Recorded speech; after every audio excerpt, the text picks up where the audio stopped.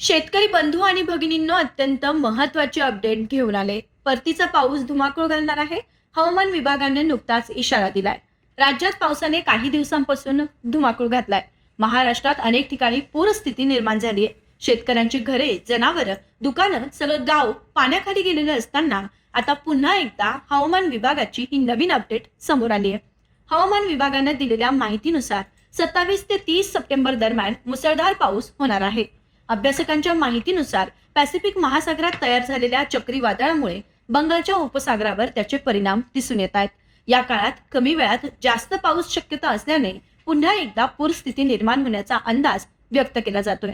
त्यामुळे प्रशासनाने सतर्क राहावे अशी देखील माहिती दिली गेली आहे. बाकी शेतकरी मित्रांनो, आता तुम्ही वेळीच काळजी घ्या. हा माहितीपूर्ण व्हिडिओ इतर शेतकरी मित्रांना देखील नक्की पाठवा, म्हणजे त्यांचेही नुकसान नक्कीच होणार नाही.